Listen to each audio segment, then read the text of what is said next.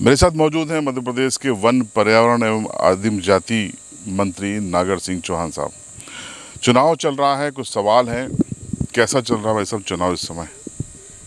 सबसे पहले तो मैं आपके इस सिविल ऐप में आपका बहुत बहुत स्वागत करता हूं, अभिनंदन करता हूं।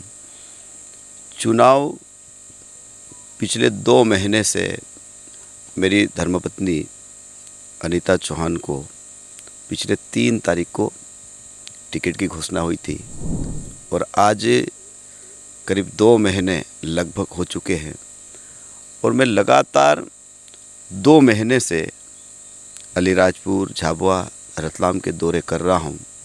कार्यकर्ताओं से मिल रहा हूँ, जनता से भी मेरा मिलने का अवसर मिला है और मुझे पूरी उम्मीद है कि जिस प्रकार देश के अंदर नरेंद्र मोदी जी ने जो काम किए हैं, देश के प्रधानमंत्री जी ने जो काम किए हैं, मोदी जी के प्रति आम लोगों में अटूट विश्वास है और वो खुले मन से ये कहते हैं कि मोदी जी को तो प्रधानमंत्री बनाना है।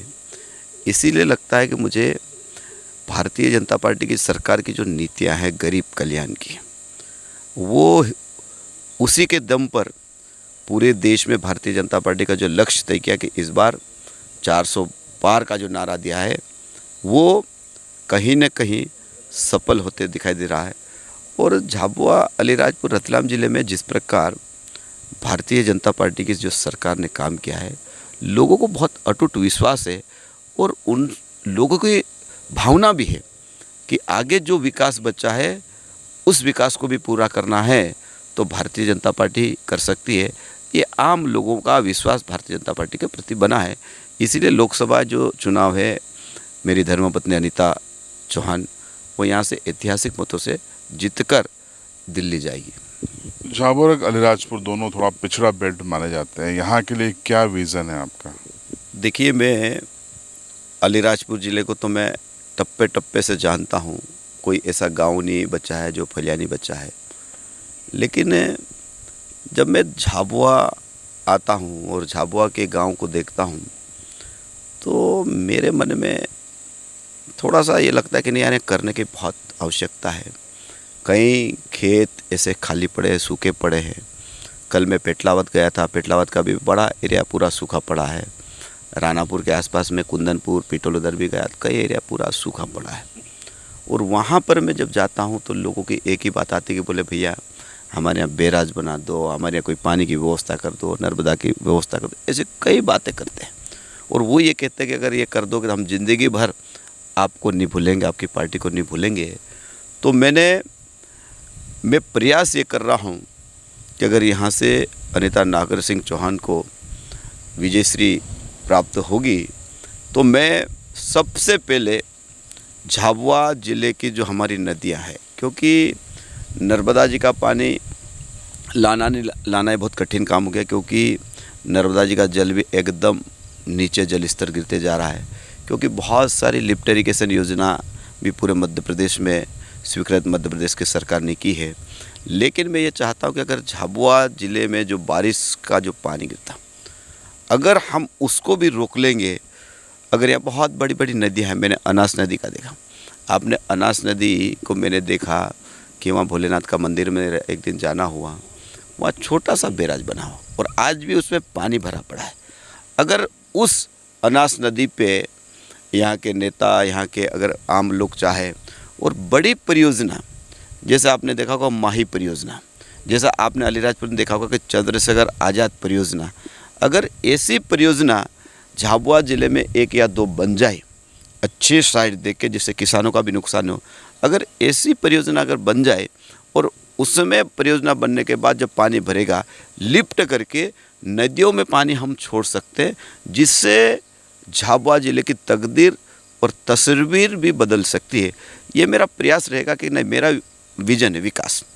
क्योंकि आदिवासी भाई जो झाबुआ अलीराजपुर में मैं देखता हूँ कि अलीराजपुर और झाबुआ ज़िले में अगर आदिवासी भाई को, सबके पास ज़मीन है, कोई ऐसा आदिवासी कोई भी नहीं होगा जिसके पास छोटी मोटी ज़मीन, किसी के पास 4 एकड़ 5 एकड़ ऐसी ज़मीन है।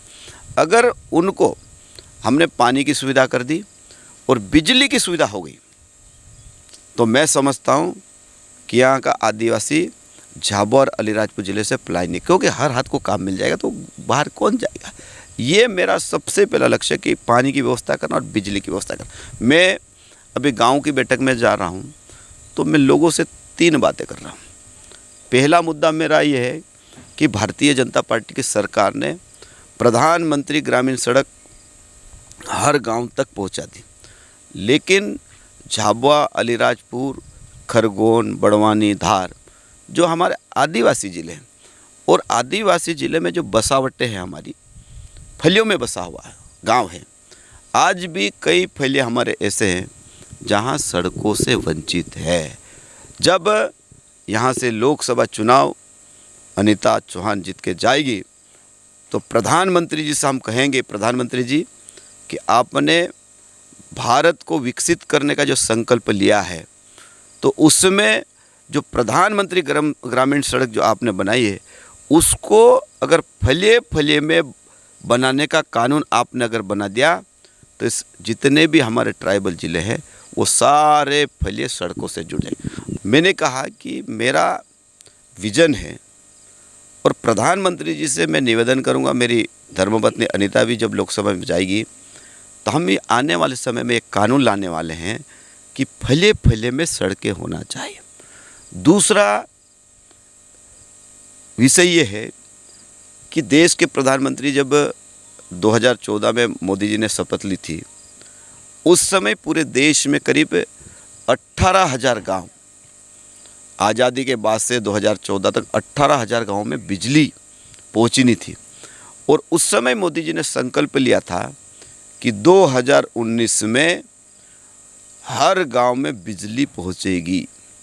तो पूरे देश के हर गांव में बिजली तो पहुंच गई, लेकिन आज भी झाबुआ, अलीराजपुर और रतलाम ज़िले के ऐसे कई फलिए हैं जहां आज भी बिजली के खंभे, बिजली की डिबिया नहीं पहुंची है।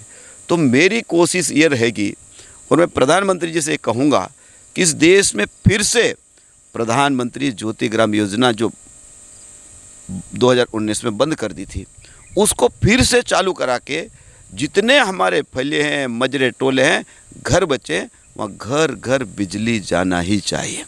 क्योंकि हम विकसित भारत की बात करते हैं तो गांव में सड़क होना बहुत ज़रूरी है, बिजली होना बहुत ज़रूरी है। और तीसरा पॉइंट मेरा ये है कि पूरे देश में नरेंद्र मोदी जी ने गरीब लोगों के लिए प्रधानमंत्री आवास के मकान दिए, और आज मुझे कहते बहुत प्रसन्नता होती है कि झाबुआ जैसे ज़िले में 92,000 गरीब लोगों को प्रधानमंत्री आवास बनाने का पैसा मिला। अलीराजपुर ज़िले में करीब 80,000 लोगों को, गरीब लोगों को प्रधानमंत्री आवास बनाने का पैसा मिला। लेकिन ये सूची गरीबी रेखा की 2011 में बनी थी, और आज मैं आपके सामने 2024 में लोकसभा चुनाव में सामने खड़ा रह के बोल रहा हूँ कि जो बच्चा 2011 में 13 साल का था वो आज 2024 में 26 साल का हो गया।